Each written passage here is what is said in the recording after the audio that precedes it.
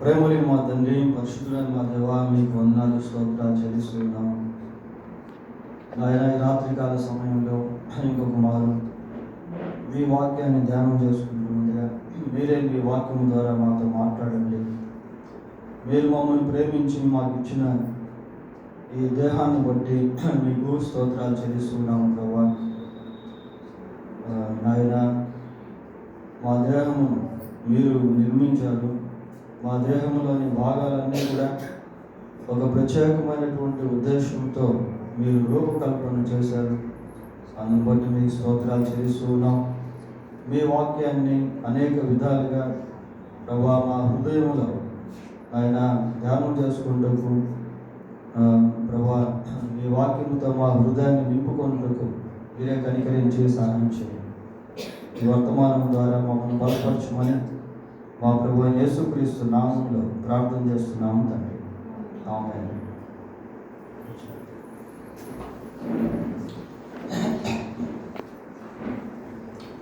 రాత్రి మనం ప్రత్యేకమైన సందేశాన్ని ధ్యానించుకుంటున్నాం. మన శరీర అవయవాలు మన దేవుని వాక్యాన్ని బోధిస్తాయి అన్న మాట ఉదయకాలంగా జ్ఞాపకం చేసుకున్నాం. నేను నా జీవితంలో ప్రత్యేకంగా దీన్ని ఒక ప్రార్థన అంశంగా ఏర్పాటు చేసుకున్నాను. ఒక ప్రత్యేకమైనటువంటి దినమందు ఈ ప్రత్యేక ప్రార్థనను నేను కలిగి ఉన్నాను. ఈ శరీర అవయవాలన్నింటినీ బట్టి మనం దేవుణ్ణి స్తుతించినప్పుడు అది ఒక మధురమైనటువంటి అనుభూతిగా ఉంటుంది. సెల్ఫ్ థ్యాంక్స్ గివింగ్ సర్వీస్, మనకంటూ ఒక ప్రత్యేకమైన వ్యక్తిగత కృతజ్ఞత స్తుతి కార్యక్రమాన్ని మన శరీర అవయవాలను జ్ఞాపకం చేసుకుంటూ దేవుని సన్నిధిలో కలిగి ఉండవచ్చు. నేను నా శరీర అవయవాలను బట్టి ప్రభువును ప్రశాంతంగా కూర్చొని ఒక్కొక్కటి జ్ఞాపకం చేసుకుంటూ దేవుని స్తుతిస్తూ ఉన్నప్పుడు నాకు చాలా సంతోషంగా అనిపిస్తుంది, చాలా సంతృప్తిగా అనిపిస్తుంది. అరికాలు మొదలుకొని నడినెత్తి వరకు ఒక్కొక్క భాగాన్ని బట్టి ప్రభువును స్తుతించడం, తర్వాత మన శరీర అంతర్భాగాల్లో ఉన్నటువంటి మెదడు కానివ్వండి, గుండె కానివ్వండి, పేగులు కానివ్వండి, నరములు కానివ్వండి, రక్తము, ఆ రక్తంలో ఉన్న తెల్ల రక్త కణాలు, ఎర్ర రక్త కణాలు, తర్వాత కిడ్నీస్, ఇలాంటివన్నీ మనం జ్ఞాపకం చేసుకొని వాటన్నిటిని బట్టి మనం దేవుణ్ణి స్తుతించవచ్చు. అలా మనం చేస్తూ ఉన్నప్పుడు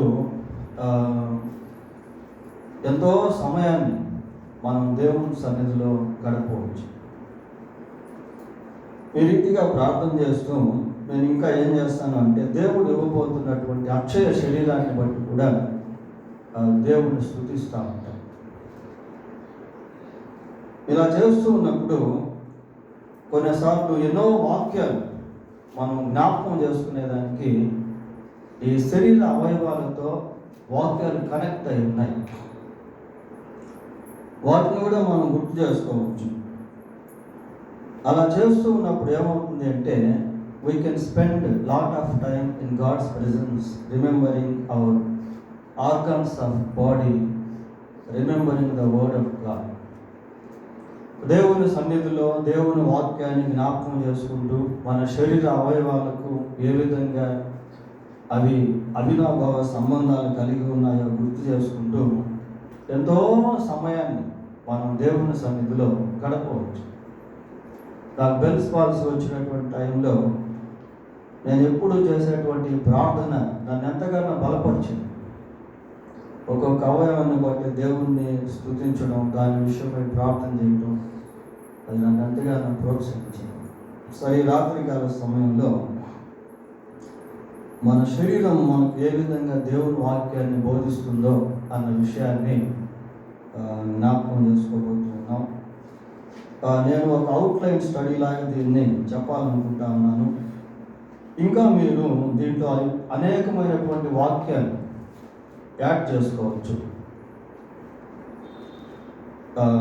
ఈ నమూనా మీకు అర్థమైతే ఇంకా అనేకమైనటువంటి వాక్యాలు మనం యాడ్ చేసుకొని దాన్ని బట్టి దేవుని సన్నిధిలో మనం ఎంతో సమయాన్ని వ్యక్తిగతంగా గడపవచ్చు. ప్రతి ఒక్కరికి ఒక దేహాన్ని దేవుడు ఇచ్చాడు. ఆ దేహాన్ని గురించి మనం ధ్యానం చేసినప్పుడు అదే మనకు దేవుని వాక్యాన్ని ధారాళంగా ప్రకటిస్తుంది. పిల్లలు సరే, వాక్య భాగంలోనికి మనం వెళ్దాం. మన శరీరంలో ఫ్రమ్ హెడ్ టు ఫుట్, తల నుండి అరికాల వరకు జ్ఞాపకం చేసుకుంటే మొట్టమొదటిగా మనకు కనిపించేది తల వెంట్రుకలు. ఈ తల వెంట్రుకలను గుర్తు చేసుకుంటే ఇది మనకేం బోధిస్తుంది అంటే, చూడండి ఒకసారి 40వ కీర్తన 12వ వచనం చదువుదాం.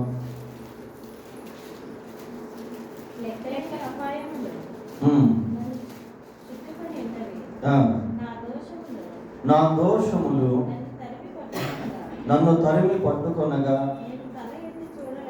నేను తల ఎత్తి చూడలేకపోతే లెక్కకు అవి నా తల వెంట్రుకలను మించి ఉన్నవి. నా దోషములు నా తల వెంట్రుకలకు మించి ఉన్నవి. ఈ తల వెంట్రుకలు మన దోషాన్ని జ్ఞాపకం చేస్తా ఉన్నాయి. పిల్లలు లెక్కకు మించి మన తలలో ఎన్ని వెంట్రుకలు ఉన్నాయో we don't know the number of our hair. అయితే మన దోషాలు, మన పాపములు, మన అవిధేయతలు, మన బలహీనతలు ఈ తల వెంట్రుకలు జ్ఞాపకం చేస్తూ ఉంటాయి.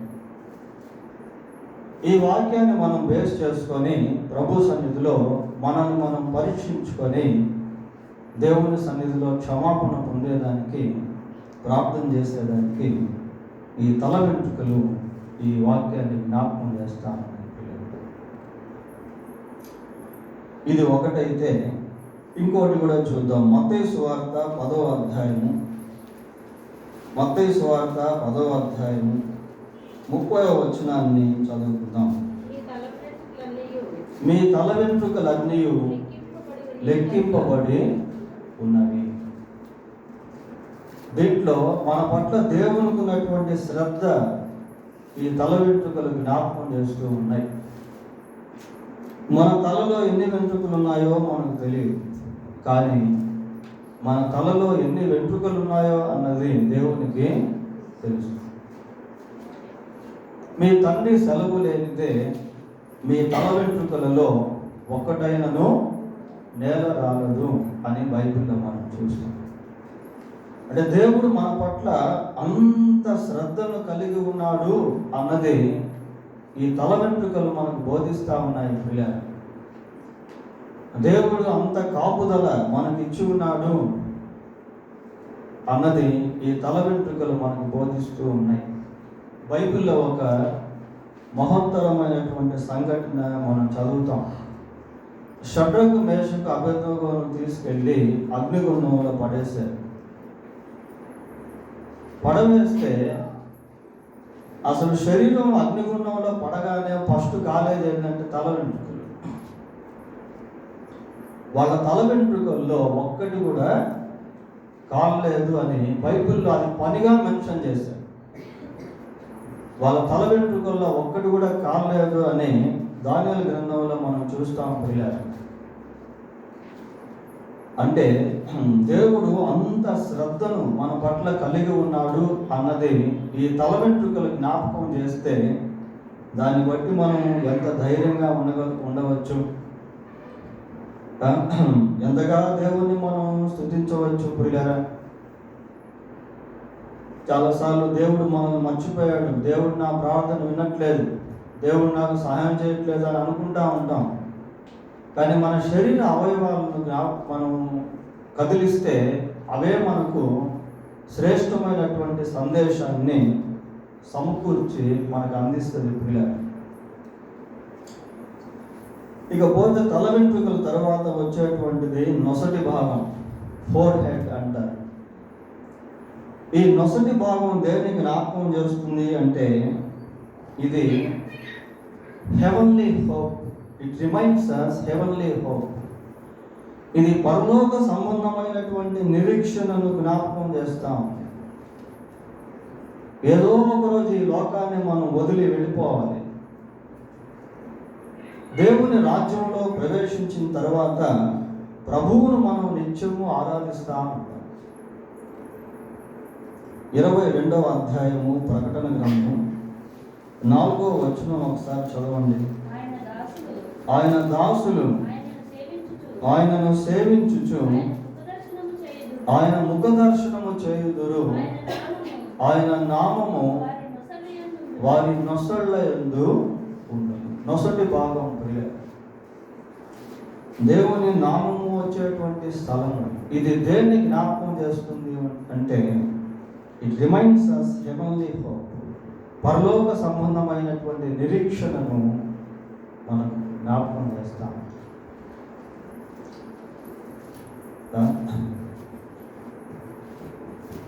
ఇకపోతే మన కళల గురించి ఆలోచిస్తే, నేను ఇందాక మీకు చెప్పాను, చాలా వాక్యాలు మనం యాడ్ చేసుకోవచ్చు ప్రియాలు. 119వ కీర్తన 37వ వచనం ఒకసారి చదువుదాం. 119వ కీర్తన 37వ వచనం. వ్యర్థమైన వాటిని చూడకుండా నా కన్నులు త్రిప్పివేయుము. చాలు, వ్యర్థమైన వాటిని చూడకుండా. ఇంకా దాంట్లో రకరకాలే మనం జోడించుకోవచ్చు. నేత్రాశ అనేది కూడా మనకు కనబడుతుంది. వ్యర్థమైన వాటిని చూడకుండా నా కన్నులు త్రిప్పివేయు. అపవిత్రమైనటువంటి దృశ్యాలు, ప్రోనోగ్రఫీ, ఇంకా చెడు సంబంధమైనటువంటివి. కళ్ళల గురించి ఆలోచిస్తే కళ్ళు చాలా బోధిస్తాయి పిల్లలు. విషపు చూపు నిలిపెను అనే సౌలుల గురించి బైబిల్లో మనం చదువుతాం. మత్తయి సువార్త 20వ అధ్యాయంలో మత్సరముల గురించి మాట్లాడుతూ చెడ్డ కళ్ళు అన్న పదం మనకు కనబడుతుంది. కళ్ళు అంటే చెడ్డ కళ్ళు కాదు, కానీ కళ్ళల్లో ఉండేటువంటి దృష్టి. ఆ రీతిగా మనం నెగిటివ్ ఫామ్లో దేవుని వాక్యాన్ని ఎంతగానో కంటిని బేస్ చేసుకొని ధ్యానం చేయవచ్చు, ప్రార్థన చేసుకోవచ్చు. ఇంకా కళ్ళ గురించి ఆలోచిస్తే అదే 119వ కీర్తన 18వ వచనం చూడండి. నీ ధర్మశాస్త్రము నందు ఆశ్చర్యమైన సంగతులను చూచునట్లు నా కన్నులు తెరువుము. నీ ధర్మశాస్త్రమందున్న ఆశ్చర్యమైన సంగతులను చూచునట్లు నా కన్నులు తెరువుము. Open my eyes so that I can see the wonderful things that are in your law. నీ ధర్మశాస్త్రంలో ఉన్న ఆశ్చర్యమైన సంగతులను చూచినట్టు నా కన్నులను తెరువు. దీంట్లో కూడా ఎన్నో విషయాలు, ఎన్నో వాక్యాలు మనం ధ్యానం చేయొచ్చు ప్రియ. మీ కన్నులు ఎత్తి పొలమును చూడుడి అంటాడు. అంటే దృష్టి. అసలు ఇలా మనం చెప్పుకుంటూ వాక్యాన్ని ధ్యానం చేసుకుంటూ వెళ్తా ఉంటే తెలియకుండానే చాలా సమయం మనం దేవుని సన్నిధిలో గడపవచ్చు. ఈ సందేశం ఎలాంటిది అంటే how to improve our prayer life. మన ప్రార్థనా జీవితాన్ని ఏ విధంగా అభివృద్ధి పరచుకోవాలో అన్న దానికి కూడా ఈ సందేశం ఎంతో ఉపయోగపడుతుంది. ఇంకెవరి దగ్గరికి పోవాల్సిన పనిలే మనం. ఇవన్నీ మన బాడీ పార్ట్సే మనకు టీచ్ చేస్తాయి. మన శరీర అవయవాలే మన గురించి మనతో మాట్లాడతాయి. మన శరీర అవయవాలే మన గురించి మనం ప్రార్థన చేసుకునేటట్టుగా సహకరిస్తాయి. బైబిల్ అంతా కూడా ఒక్కసారిగా మన శరీర అవయవాలు అనేక వాక్యాలను జ్ఞాపకం చేసేటువంటిదిగా ఉంటుంది ప్రియ. ఈ ప్రార్థన, ఈ స్తుతి ఎంతైనా సమయం మనం గడపవచ్చు. ఇంకా ఈ లోకంలో చాలామంది రకరకాల విగ్రహాలను దేవుళ్ళుగా ఆరాధిస్తూ ఉంటారు. Why? Because they don't know who is their creator. ఎందుకు అంటే వారి సృష్టికర్త ఎవరో వారికి తెలియదు పిల్లలు. అయితే నాస్టిల్స్ ఉన్నాయి చూసారా, మన ముక్కు రంధ్రాలు, అవి మన సృష్టికర్తని జ్ఞాపకం చేస్తా. చూడండి, ఆదికాండం 2వ అధ్యాయము, ఆదికాండం 2వ అధ్యాయము 7వ వచనం.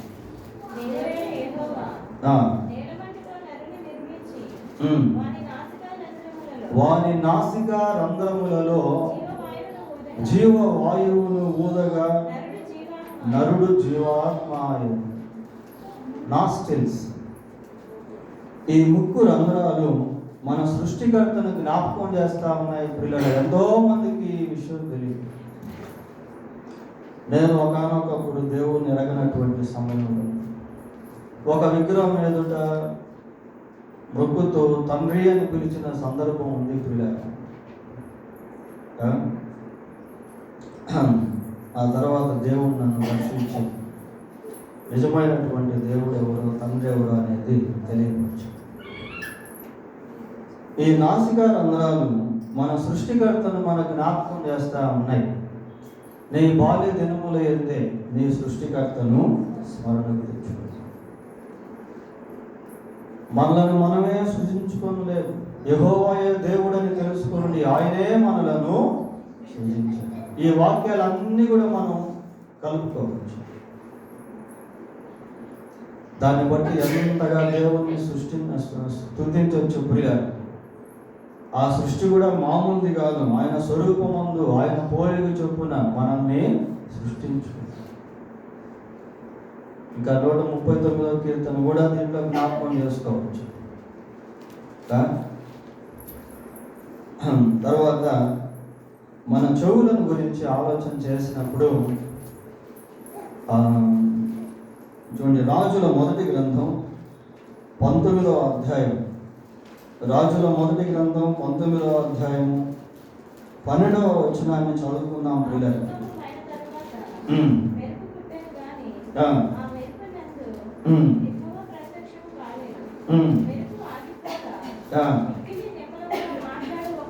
మిక్కిలి నిమ్మళముగా మాట్లాడు ఒక స్వరము వినపడింది. మిక్కిలి నిమ్మళముగా మాట్లాడు ఒక స్వరము వినపడేను. పిల్లల దేవుడు మాట్లాడేటువంటి వాడు. దేవుని స్వరాన్ని వినే అనుభవం ఎలాంటిది అని అంటే, ఇప్పుడు మనం కాంగ్రిగేషన్గా అంటే గుంపుగా కూర్చొని వాక్యాన్ని వింటాం. టీవీల్లో, సెల్ ఫోన్లో కూడా వాక్యాన్ని వింటా ఉంటాం. అయితే పర్సనల్గా దేవుడు మాట్లాడతాడు. అది ఆ వాక్యం వినేటువంటి వారికే అర్థం. దేవుడు వ్యక్తిగతంగా మాట్లాడతాడు పిల్లలు. దేవుడు వ్యక్తిగతంగా మాట్లాడతాడు. ఒకసారి నేను బైబిల్ చదువుతా ఉన్నాను. ఆ రోజు మా ఇంట్లో ఎవరు లేదు. బైబిల్ చదువుతా ఉంటే పక్క నుంచి ఒక స్వరం వినపడతాం. ఈ లోకంలో మనకున్న మనుషులందరికీ దేవుడు ఒక్కడే, ఆయన మనకు తండ్రి. కాబట్టి పాపం చేసిన మనం నరకానికి పోకూడదని మన తండ్రే మన పాపం వరకు చనిపోయాడు, ఆయన యేసుక్రీస్తు. అప్పుడు నేను విగ్రహారాధికుడిని పిల్లలు. ఈ మాటలు నేను ఎక్కడ చదవలేదు, ఎవరు నాకు చెప్పలేదు. నా పక్కన ఎవరో ఒకరు మాట్లాడుతున్నట్టుగా ఆ స్వరం. ఇంకా ఎన్నో వాక్యాలు మనందరికీ అనుభవాలు ఉంటాయి పిల్లలు. వాక్యం వినడం వేరు, దేవుని స్వరం వినడం వేరు. దేవుడు వ్యక్తిగతంగా మాట్లాడతాడు. సౌలు దమస్కు ప్రాంతానికి వెళ్తూ ఉన్నప్పుడు దేవుని యొక్క స్వరం సౌలు విన్నాడు. ఆ చుట్టుపక్కల ఉన్నటువంటి వాళ్ళకి అది వినపడలేదు. వ్యక్తిగతంగా listening the voice of God independently, వ్యక్తిగతంగా దేవుని యొక్క స్వరాన్ని మన చెవులు వినాలి. ఒకవేళ అలాంటి అనుభవం ఉంటే దాన్ని బట్టి కూడా మనం దేవుణ్ణి వాగ్దానాన్ని బట్టి దేవుణ్ణి స్తుతిస్తూ జ్ఞాపకం చేసుకుంటూ మన సమయాన్ని దేవుని సన్నిధిలో ఎంతో అనేక వాగ్దానాలు మన జీవితాల్లో దేవుడు ఇచ్చినటువంటి వాడుగా ఉన్నాడు. వాటిని ఒకసారిగా జ్ఞాపకం చేసుకుంటూ ఉంటే మనం ఎంతగానో బలపరచబడతాం, ధైర్యపరచబడతాం, ఒక గొప్ప నిరీక్షణతో మనం నింపబడతాము. తర్వాత మన బాడీ పార్ట్స్ గురించి ఆలోచన చేసినప్పుడు చిక్స్, చెంపలు, ఇది కూడా మనకు వాక్యాన్ని బోధిస్తాయి. చూడండి ఒకసారి మత్తయి సువార్త 5వ అధ్యాయం, మత్తయి సువార్త 5వ అధ్యాయం 39వ వచనాన్ని చదువుకుందాం.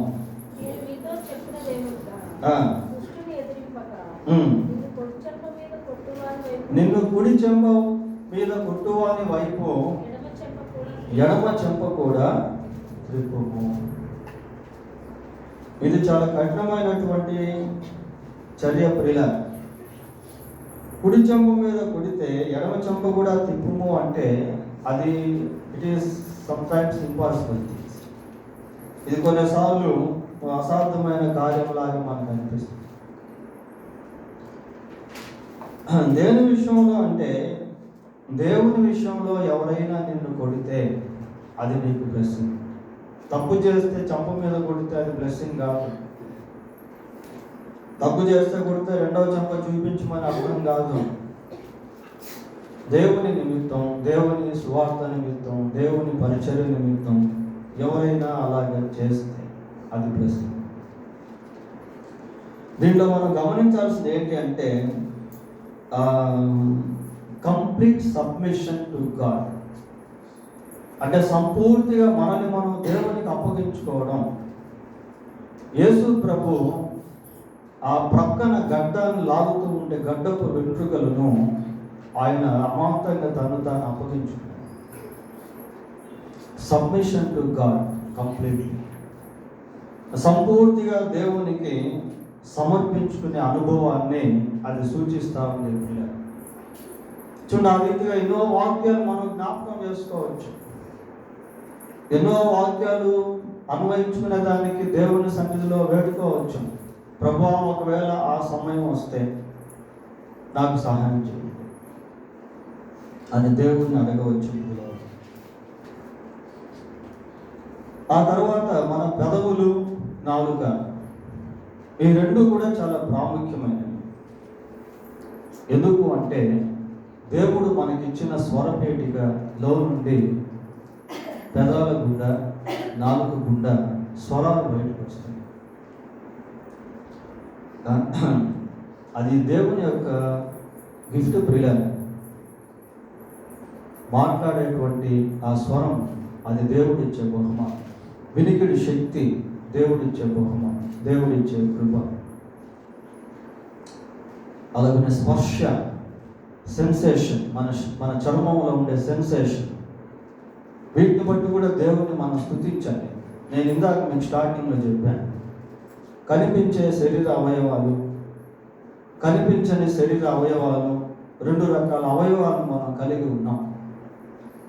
కొన్ని ఎక్స్రేకి మాత్రమే కనిపిస్తాయి, కొన్ని స్కానింగ్కి మాత్రమే కనిపిస్తాయి. అలాంటి ఇన్నర్ పార్ట్స్ మనం కలిగి ఉన్నాం, అంతర్భాగాలు. మెదడు మనం చూడలేం, కానీ లోపల ఉంటుంది.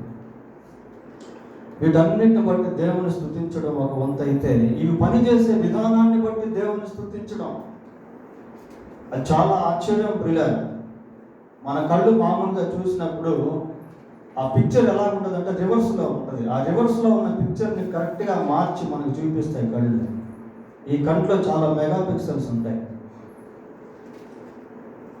ఏ కెమెరాలో కూడా అటువంటి మెగా పిక్సెల్స్ ఉండవు. తర్వాత వీటి పనిచేసేటువంటి విధానాన్ని బట్టి కూడా మనం దేవుని స్తుతించాలి. హార్ట్ బీటింగ్ సిస్టమ్, గుండె పనిచేసే విధానం, ఊపిరితిత్తులు పనిచేసే విధానం, గాలిని ఫిల్టర్ చేసి ఇవ్వడం, కిడ్నీలు నీళ్ళను ఫిల్టర్ చేసి అందించడం, వీటన్నింటిని బట్టి కూడా మనం దేవుణ్ణి ఎంతగానో స్తుతించాలి. ఎముకలు, వాటి లోపల ఉన్న మూలుగు, వీటన్నిటిని బట్టి దేవుని స్తుతించాలి.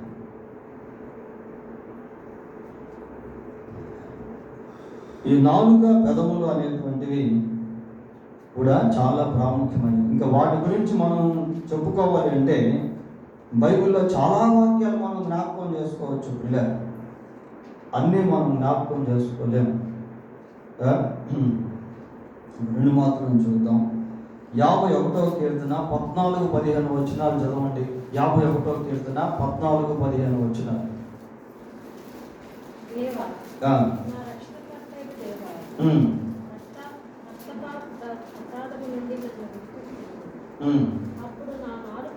అప్పుడు నా నాలుక నీ నీతిని గురించి ఉత్సాహగానము చేయును. నా నోరు నీ స్తుతిని ప్రచురపరచును. నా పెదవులు తెరువు. నా నోరు నీ స్తుతిని ప్రచురపరచునట్లు నా పెదవులను తెరువు. ఇక్కడ పెదాలను గురించి, నాలుకల గురించి చదువుతా ఉన్నాం. నాలుక ద్వారా దేవుణ్ణి ఎంతో మనం మహిమపరచవచ్చు, స్తుతించవచ్చు. జీవఫలము అని హెబ్రీ పత్రికలో రాయబడి, స్తుతియాగము చేయువాడు నన్ను మహిమపరుచున్నాడు. మరి కెరూబులు కానివ్వండి, సెరాపులు కానివ్వండి, వారి యొక్క నాలుకలతో దేవుణ్ణి ఎంతో ఆరాధిస్తున్నారు. దేవుడు ఇచ్చినటువంటి స్వరాన్ని దేవుని మహిమ కోసం వాడాలి. కొన్నిసార్లు మనం మందిరంలో అయితే పాటలు పాడుతాం, కానీ బయట మౌనంగా. కొద్దిమంది మందిరానికి వచ్చి కూడా మౌనంగా ఉండేటువంటి వాళ్ళు ఉన్నారు. అలా ఉండకూడదు. We should always praise God. ఎల్లప్పుడూ దేవుణ్ణి స్తుతించండి. ఎప్పుడు దేవుని స్తుతించండి. ప్రయాణంలో దేవుని స్తుతించండి. వంటలు వండుకునేటప్పుడు, గిన్నెలు కడుక్కునేటప్పుడు, బట్టలు ఉతుక్కునేటప్పుడు దేవుని స్తుతించడం, వర్షించడం. దేవుని వాక్యాన్ని మెడిటేట్ చేయడం, ధ్యానం చేయడం. నాలుక చాలా పనులు చేస్తుంది ప్రియులారా. సమరయ స్త్రీ తన నాలుకను సాక్ష్యం చెప్పేదానికి వాడుతుంది. ఆమె నాలుక ద్వారా అనేక మంది రక్షణలోకి వచ్చారు. నీతిమంతుని నాలుక ప్రశస్తమైన వెండి. దీంట్లో చాలా వచనాలు మనం జ్ఞాపకం చేసుకోవచ్చు. నాలుక గురించి ఆలోచిస్తే చాలా వచనాలు పాజిటివ్ వేలో దేవుని స్తుతించే విషయంలో, దేవుని గురించి వాక్యం చెప్పే విషయంలో, సాక్ష్యం చెప్పేటువంటి విషయంలో, దేవుణ్ణి ఆరాధించేటువంటి విషయంలో మనం ఎంతో ప్రార్థన చేసుకోవచ్చు. ఆ విధానాల్లో నాలుకను ఉపయోగించుకోవచ్చు. అదే సమయం ఈ నాలుక ద్వారా ఎన్నో దోషాలు, ఎన్నో పాపములు, ఎన్నో అపవిత్రమైనటువంటి మాటలు, అవి కూడా బైబిల్లో దేవుడు రాయించాడు. 39వ కీర్తన 1వ వచనం ఒకసారి చదవండి. నా నాలుకతో పాపము చేయకున్నట్లు నా మార్గములను జాగ్రత్తగా చూచుకో. నా నాలుకతో పాపం చేయకుండా. నాలుకతో చాలా పాపాలు జరుగుతాయి పిల్లలు. విశాలమైన మాటల్లో దోషం ఉండగా నాలుక ద్వారా కదా మన నాలుకను అగ్నితో పోల్చబడింది. యాకోబు పత్రిక 3వ అధ్యాయంలో చూస్తాం. నాలుకలో నుండి ఎన్నో శాపగ్రస్తమైనటువంటి మాటలు, నాలుక ద్వారా ఎన్నో భయంకరమైనటువంటి బూతు మాటలు, ఈ నాలుకలో ఉండే ఎన్నో భయంకరమైనటువంటి కత్తిపోటు వంటి మాటలు. ఎంతో మంది ఆత్మహత్యలు చేసుకుని చనిపోయారు లోకం. ఎందుకయ్యా వాళ్ళు చనిపోయారు అంటే, వాళ్ళ అమ్మ ఏదో అనిందని, వాళ్ళ నాయన ఏదో అన్నాడని, లేక మేనేజర్ ఏదో అన్నాడని, పక్కింటోడు ఏదో అన్నాడని, కత్తిపోటు వంటి మాటలు పిల్లలు, హృదయాన్ని గాయపరిచేటువంటి మాటలు. ఇదే నాలుకలో నుంచి బయటికి వస్తాయి. ఇవన్నీ మనం జ్ఞాపకం చేసుకోవచ్చు. ప్రభువా, ఇదిగో నా నోటి నుండి ఇలాంటి మాటలు రాకుండా సహాయం చేయి. ఎంత వాక్యం మనం గుర్తు చేసుకోవచ్చు ప్రియులారా. ఈ రీతిగా మనం ప్రార్థన చేసుకుంటే అసలు మన శరీరం ఎంత పవిత్రంగా ఉంటుందో తెలుసా? మీ దేహము దేవుని వల్ల మీకు అనుగ్రహింపబడి మీలోనున్న పరిశుద్ధాత్మకు ఆలయం ఉన్నదని మీరు ఒకసారి మనం ఇక్కడ దేహ విశిష్టత అనే సందేశాన్ని ఇచ్చాం. యూట్యూబ్లో ఉంటుంది, మీరు వినండి ఆ సందేశం. దేహ విశిష్టత. మన దేహం చాలా ప్రాముఖ్యమైనటువంటిది ప్రియ. ఈ దేహంలో ఉన్నటువంటి అవయవాలన్నిటికీ దేవుని వాక్యంతో పొందిక అనేది ఉంది. ఈరోజు కొన్ని విషయాలు మనం జ్ఞాపకం చేసుకుంటాం. తర్వాత మన పళ్ళు కూడా ప్రాముఖ్యమే. అపహాసకులు కూర్చున్న చోట కూర్చుండవద్దు. అపహాస్యము అంటే దాంట్లో కొన్ని రకాలు ఉన్నాయి. అపహాస్యం అంటే కేవలం నవ్వితే అనేది కాదు. హాస్యం వేరు, అపహాస్యం వేరు. హాస్యం మంచిదే, ఆరోగ్యం. అపహాస్యం అనేది కొన్నిసార్లు ఇతరులు గాయపరచబడతారు పిల్లలు.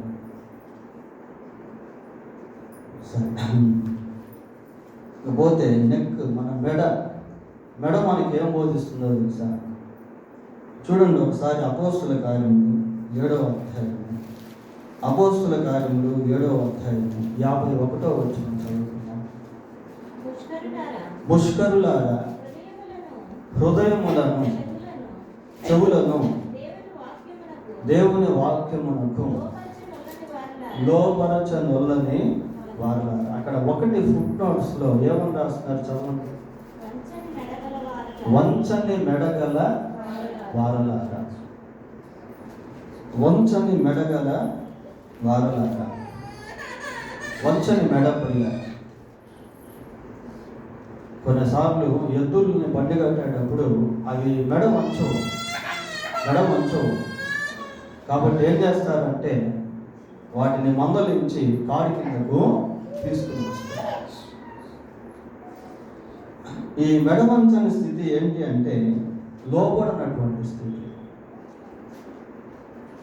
ఇంకోసారి ఫుట్ నోట్స్ చదవనమ్మా. వంచని మెడగల వారలాగా లోపడని ప్రజలు పుష్కరు. ఈ మెడ మనకు ఏం బోధిస్తుంది అంటే, ఒకవేళ ఇంకా మనం ఎక్కడైనా దేవునికి లోపడకుండా ఉన్నామేమో. కొన్నిసార్లు మన జీవితంలో నేను, నాది, నాకు అనే అహం పనిచేస్తాను. ఈ అహం ఏం చేస్తుంది అంటే దేవునికి లోపడకుండా చేసేస్తాను. ఒకవేళ లోపడని స్థితి మనం ఏమన్నా కలిగి ఉన్నాము, ఈ మెడ జ్ఞాపకం చేస్తాము. ఇంకా ఎన్నో విషయాలు ఉన్నాయి. మనం జస్ట్ అవుట్లైన్స్ లాగా దీన్ని ధ్యానం చేస్తా ఉన్నాం. పోతే మెడ తర్వాత వచ్చేది షౌల్డర్స్, భుజాలు. యెషయా గ్రంథం 9వ అధ్యాయము. యెషయా గ్రంథం 9వ అధ్యాయము 6వ వచనం చదవండి.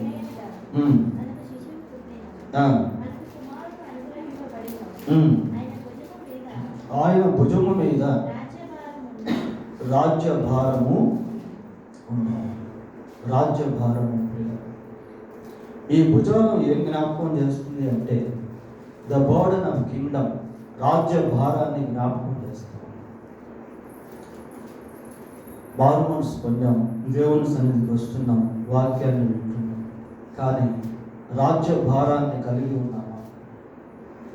రాజ్య భారము అంటే దేవుని రాజ్యం విస్తరించాలి అనే భారం, ఆత్మలు రక్షణలోనికి రావాలి అనే భారము ప్రియులారా.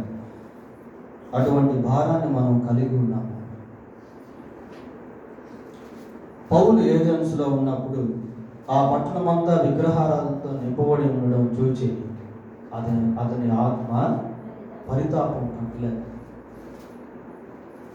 Do we have the burden for God's kingdom?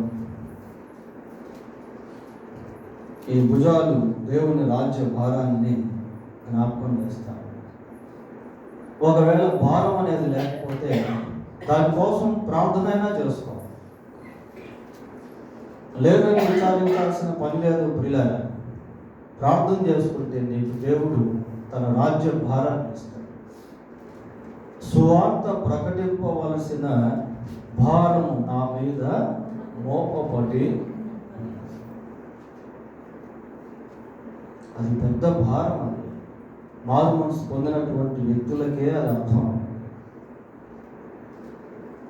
అయ్యో సువార్త ప్రకటింపని ఎడల నాకు శ్రమ. ఇదేంటి, ప్రకటిస్తే శ్రమలు వస్తున్నాయి, ప్రకటించకపోయినా కూడా శ్రమే. ప్రకటిస్తే బయట నుంచి శ్రమలు వస్తాయి, ప్రకటించకపోతే లోపల నుండి శ్రమ.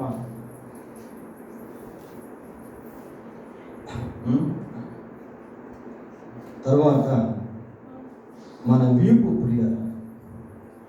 చూడండి, మన శరీర అవయవాలు దేవుని వాక్యాన్ని బోధిస్తారు.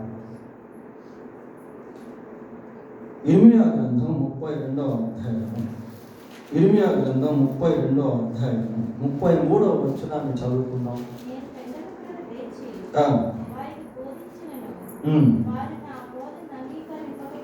నా బోధను అంగీకరింపకపోయేది, వారు నా తట్టు ముఖము తిప్పుకొనక వీపునే తిప్పుకొను.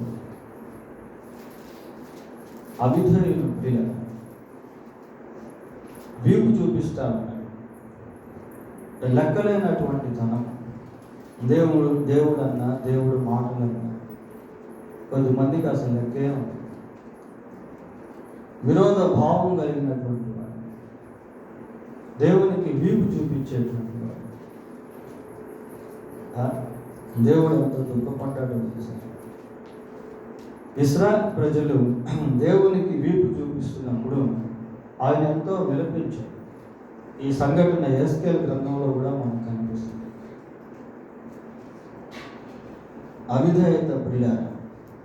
పౌలు ఒక మాట అంటాడు, చూడండి, అపోస్తుల కార్యములు 26వ అధ్యాయం 19వ వచనం.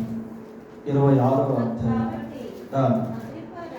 అగ్రిప్ప రాజా, ఆకాశము నుండి కలిగిన ఆ దర్శనమునకు నేను అవిధేయుడను కాక. అసలు ఆ మాట చూడండి ఎలా. అగ్రిప్ప రాజా, ఆకాశము నుండి కలిగిన ఆ దర్శనమునకు నేను అవిధేయుడను కాక. దర్శనానికి అవిధేయుడు కావట్లేదు పిల్లలు, విధేయుడు అయిపోయాడు. విధేయుడు అయిపోయాడు. ఎంత తగ్గించుకున్నాడో. వీపు చూపని అనుభవం పిల్లలు. నేనున్నాను, నన్ను పంపున్నాను. వీపు చూపని అనుభవం. నీ దాసుడు ఆలకించుచున్నాడు, ఆజ్ఞయిస్తున్నాడు. వీపు చూపని అనుభవం. ఈ రీతిగా మనం దేవుని వాక్యాన్ని ఎంతో జ్ఞాపకం చేసుకోవచ్చు.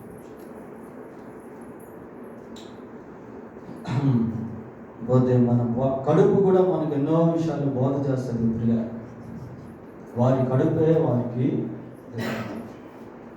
భోజన ప్రియత్వం అనేటువంటిది కూడా ఒక పాఠమే.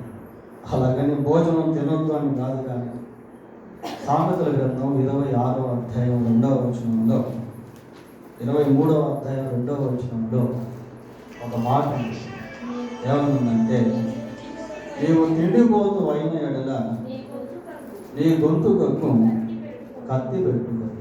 భోజన ప్రియత్వం. భోజన ప్రియత్వం కూడా ఒక పాపం ప్రియ. మన బుక్ స్టాల్లో డాక్టర్ బిల్లీ గ్రహం గారు రాసిన పుస్తకం ఉంటుంది, 7 పాపములు వాటి నుండి విముక్తి అనే పుస్తకం. దాంట్లో భోజన ప్రియత్వం అనేటువంటిది కూడా, అది పాపం అనేది తెలియదు, కానీ అది కూడా ఒక రకమైన పాపం. అలాగని భోజనం తినొద్దని కాదు, కానీ కొన్ని రకాల భోజనాలు ఉంటాయి, వాటి విషయంలో జాగ్రత్తలు కలిగి ఉంటాయి. సరే, ఆ సబ్జెక్ట్ వేరు. ఇక ప్రైవేట్ పార్ట్స్ గురించి మనం గమనిస్తే, అది అనైతిక లైంగికత్వాన్ని జ్ఞాపకం చేస్తుంది. ఇది చాలా భయంకరమైనటువంటి పాపములు ప్రియ. అనైతిక లైంగికత్వం. ఇంకా దాని గురించి చెప్పాలంటే చాలా చాలా విషయాలు మనం జ్ఞాపకం చేసుకోవాలి. స్త్రీని ముట్టకుండా పురుషునికి మేలుగా ఉంటాయి. కొరింథీ పత్రిక 7వ అధ్యాయం 1వ వచనం. నీ పొరుగు వారిని ఆశించొద్దు అంటాడు. 20 నిర్గమకాండం 20 అధ్యాయంలో 10 ఆజ్ఞల్లో ఒకటి. చాలా ఉన్నాయి పిల్లలు. ఇంకా వాటి గురించి మనం డీటెయిల్ స్టడీ అవసరం లేదు, కానీ వాటిని గురించి కూడా మనం జ్ఞాపకం చేసుకుంటూ దేవుని సన్నిధిలో జాగ్రత్తలు తీసుకోవచ్చు. ఎన్నో విషయాలు అవి జ్ఞాపకం చేస్తాయి. పోతే తొడను గురించి మనం ఆలోచన చేసినప్పుడు సంసోను బలహీనుడిగా మారేదానికి కారణం ఏంటి అంటే, ఒకసారి చూడండి ఆ మాట. జడ్జెస్ న్యాయాధిపతులు 16వ అధ్యాయం 19వ వచనం. 16వ అధ్యాయం 19వ వచనం. ఆమె తన తొడ మీద అతన్ని నిద్రపుచ్చి ఒక మనుష్యుని పిలిపించి వారి చేత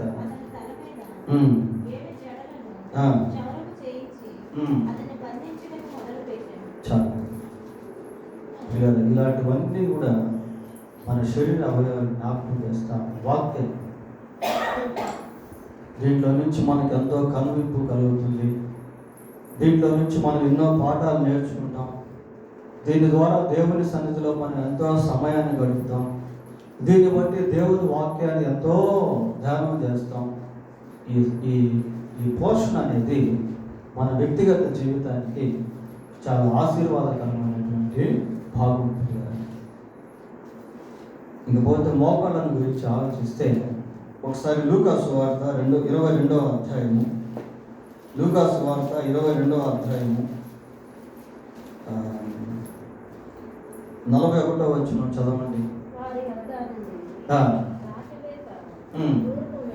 వెళ్ళి మోకాళ్ళుని, ఇక్కడ యేసు ప్రభు మోకరించి ప్రార్థన చేస్తారు. దానియేలు కూడా దినములకు 3 మోకాళ్ళుని ప్రార్థన చేశారు. మోకరించి ప్రార్థన చేయటం ఇది కంపల్సరీ అయితే కాదు పిల్లలు. కొద్దిమందికి మోకాళ్ళు నొప్పులు ఉంటాయి, కొద్దిమంది మోకరించలేరు. కాబట్టి అది పాపం కాదు. ఈ రోజుల్లో చిన్న చిన్న విషయాలు కూడా పాపం పాపం పాపం పాపం అని పట్టుకుంటాము. కాకపోతే దీంట్లో మనం నేర్చుకోవాల్సింది ఏంటి అంటే, it is the indication of humbleness. అది దీనత్వానికి సూచన. పిల్లలు దేవుని సన్నిధిలో వివిధ రకాల భంగిమలలో మనుషులు ప్రార్థించారు. నిలబడి ప్రార్థన చేశారు. సుంకరి నిలబడి ప్రార్థన చేశారు. మోకరించి ప్రార్థన చేశారు. సాగిలపడి ప్రార్థన చేశారు. మంచం మీద పరుండి కూడా ప్రార్థన చేశారు. భంగిమ అనేది ఇంపార్టెంట్ కాదు. కాకపోతే అది ఒకవేళ మోకరించగలిగే అవకాశం ఉంటే మోకరించి ప్రార్థన చేసుకోవాలి, మంచిదే. ఇది ఏంటి అంటే, it is an indication of humanity, humbleness in God's presence in front of God. దేవుని ఎదుట దీనత్వానికి ఇది సూచికగా ఉంది. కొంత కాలం గురించి ఆలోచన చేస్తే హబక్కూకు గ్రంథం 3వ అధ్యాయం, హబక్కూకు గ్రంథం 3వ అధ్యాయం 19వ వచనం చదువుకున్నాం.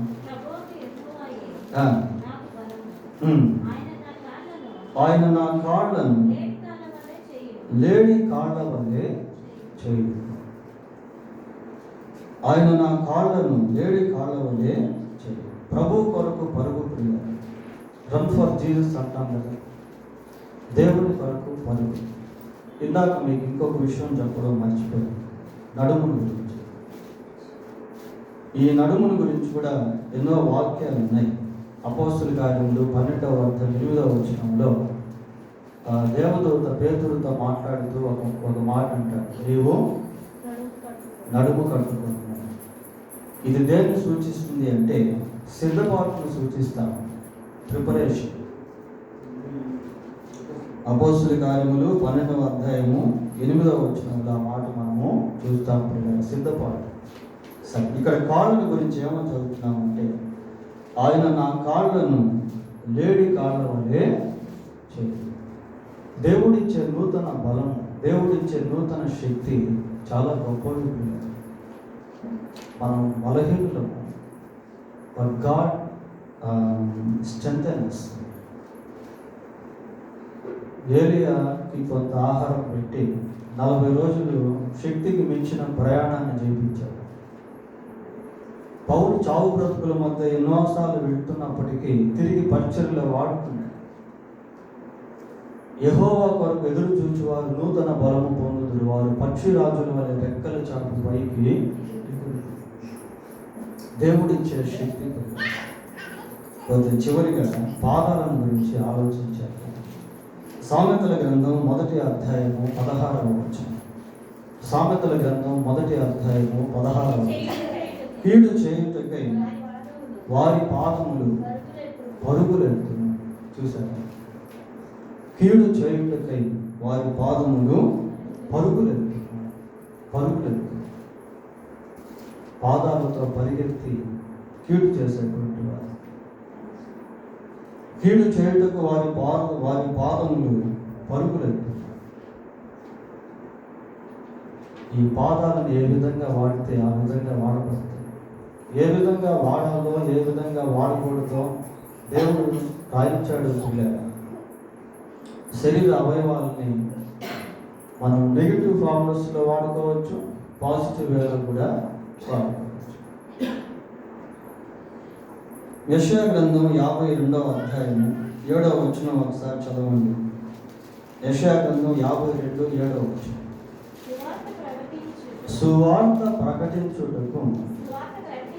సువార్త ప్రకటించుచు సమాధానము చాటించుచు సువర్తమానము ప్రకటించుచు రక్షణ సమాచారము ప్రచురించు వాని పాదములు నీ దేవుడు ఏలుచున్నాడని సియోనుతో చెప్పుచున్న వాని పాదములు పర్వతముల మీద ఎంతో సుందరములై.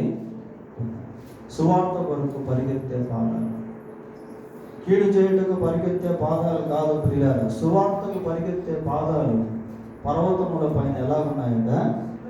సుందరములై. వీటన్నిటి కోసం మనం ప్రార్థన చేయాలి. ప్రభువా, ఇదిగో మీరు నాకు ఈ శరీరాన్ని ఇచ్చారు.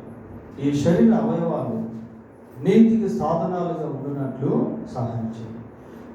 ఇంకా ఎన్నో వచనాలు ఉన్నాయి ప్రియులారా. రోమా పత్రికలు అంటాడు, మీ శరీర అవయవాలు నీతికి సాధనాలుగా ఉండినట్లు, మీ దేహంలో పాపమును ఏలనీయకుడి అని రోమా పత్రికలో మనం చూస్తాం.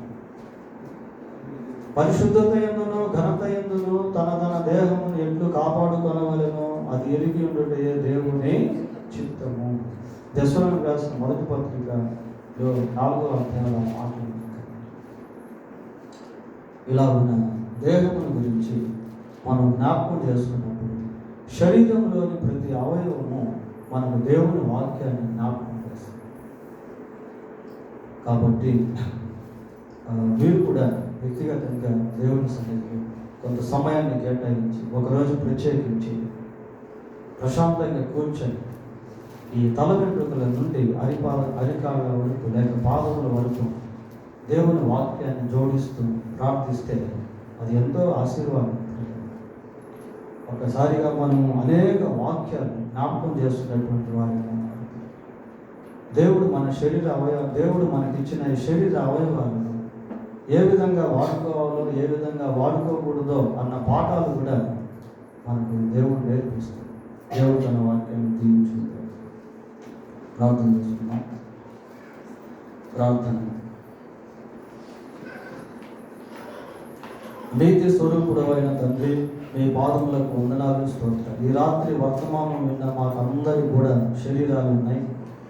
ఈ శరీరాల్లో రకరకాల అవయవాలను మేము కలిగి ఉన్నాం. మా శరీర అవయవాలకు పొందుపరచబడి ఉన్న ఈ వాక్యాన్ని మేము జ్ఞాపకం ఉంచుకుంటూ ఆ రీతిగా ప్రార్థించుటకు సహాయం చేయండి. మేమందరము కూడా ఈ శరీరాన్ని బట్టి మిమ్మల్ని స్తుతించే వారముగా ఉండటకు కృప దయచేయండి. అంతేకాక మా ప్రభువా, మా కొరకు మీరు అక్షయ శరీరాన్ని ఏర్పాటు చేస్తూ ఉన్నారు.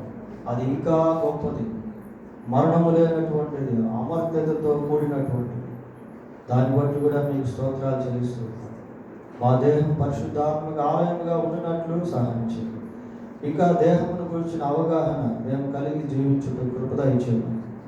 విన్న వర్తమానం మాకందరికీ ఆశీర్వాదకరంగా చేయాలి. మా ప్రభు అయిన యేసుక్రీస్తు నామములో ప్రార్థన చేస్తున్నాము. ఆమేన్.